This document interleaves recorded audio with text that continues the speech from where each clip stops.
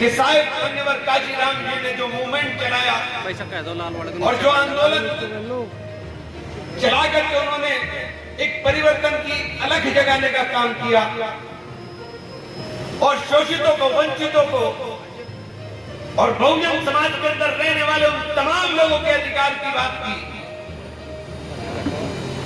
उसके बाद बहन जी ने सर्वजन हिताय सर्वजन सुखाय का नारा दे करके समाज को जोड़ने की बात की और उस नारे से परहेज किया, तिलक तराजू और तलवार इनको मारो जूते चार। चूंकि कोई समाज जब तक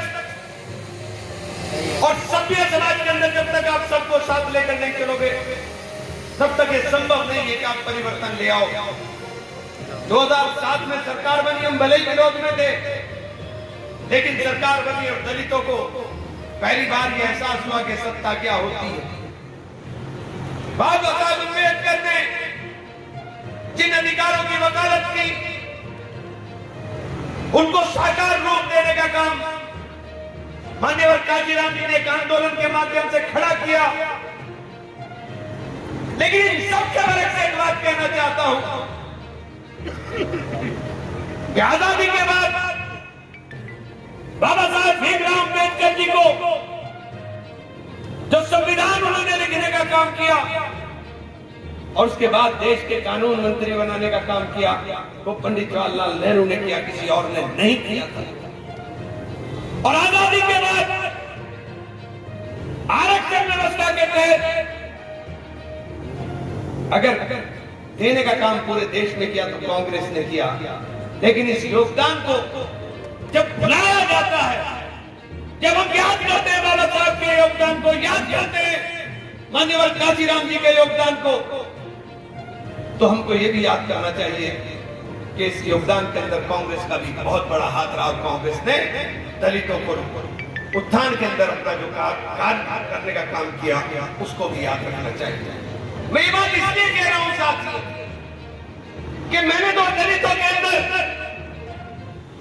बहुजन समाज पार्टी की नेता बहन कुमारी मायावती जी का हृदय से आभारी हूं कि उन्होंने मुझे स्नेह दिया, उन्होंने मेरे सर पर हाथ रखा और मेरे लिए एक रास्ता खोला कि मैं भी दलित बस्तियों में जाकर के उनसे बात कर सकूं। और मेरा दिल खुश हो गया कि जब दलित बस्तियों के अंदर जिस तरह का सम्मान और जिस तरीके से उन्होंने अपनी खुशी को इजहार करने का काम किया, मैं उनका सदैव ऋणी हो गया। और उसके बाद जब ये लखनऊ का फरमान जारी हुआ और दलितों ने जो रिएक्शन दिया, और ये बात उनकी सही है, जो पार्टी 2007 में अपने दम पर सरकार बना रही थी, वो पार्टी उत्तर प्रदेश के अंदर 2022 में दम तोड़ गई और मात्र एक विधायक जीता, उमाशंकर सिंह, और वो भी सिर्फ अपनी वजह से जीती। जब मैंने ये बात बहन जी से की थी तो मैंने बहन जी से कहा था कि बहन जी, दो प्रताड़ित वर्ग हैं और दोनों को साथ लेकर के जब हम बात करेंगे तो एक मजबूत आधार बनेगा, और जब हमारा मजबूत आधार बनेगा तो अगड़ा और पिछड़ा हमारे साथ चलने का काम करेगा। बंद कमरे में बातें बहन जी की समझ में आती है, लेकिन बाद में पता नहीं क्या होता है, मुझे समझ में नहीं आएगा। बहुजन समाज पार्टी जीत की राजनीति क्यों नहीं करना चाहती? अगर आप परिवर्तन के लिए आए हैं तो सत्ता के अंदर जो लोग उत्पीड़न कर रहे हैं, आप उनका परोक्ष रूप से समर्थन क्यों कर रहे हैं? ये बात समझ से बाहर है। सहारनपुर का उदाहरण आपके सामने है। सड़क पर चलता हुआ बच्चा बोल रहा था कि अगर इमरान मसूद बहुजन समाज पार्टी से उम्मीदवार होगा तो एक तरफा जीत होने की काम होगी और दलित और मुस्लिम के साथ अगड़ा और पिछड़ा सब वोट मिलने का काम करेगा। जब जीत का रास्ता साफ दिखाई दे रहा है, जब जीत खुली दिखाई दे रही है, तब आपने अनुशासनहीनता बता दी। मेरी समझ में नहीं आया मैंने क्या अनुशासनहीनता की, मैंने कौन सी अनुशासनहीनता की? अगर लेटर में बताया जाता तो जवाब दे देता, लेकिन लेटर के अंदर कुछ नहीं था। और लेटर में जिस बात का जिक्र उन्होंने बार बार किया, मैंने सिर्फ उसी की उस बात को भले मन से बोलने का काम किया, वरना मैं जिक्र भी नहीं करता कि अंदर मुझसे क्या कहा। और जो और बातें हुई है मैंने बोली भी नहीं, कभी जिक्र भी नहीं, कभी जिक्र भी नहीं करेंगे हम।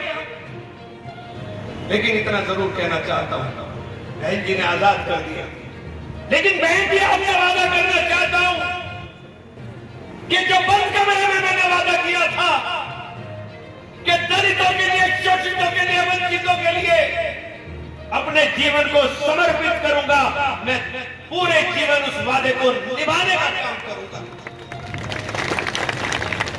आप भले ही लोगों के चढ़ाए में आकर के, आपके इर्द गिर्द जो लोग हैं, उन लोगों के अगर आप इतिहास का गाल करके देख ले तो आपको अंदाजा हो जाएगा।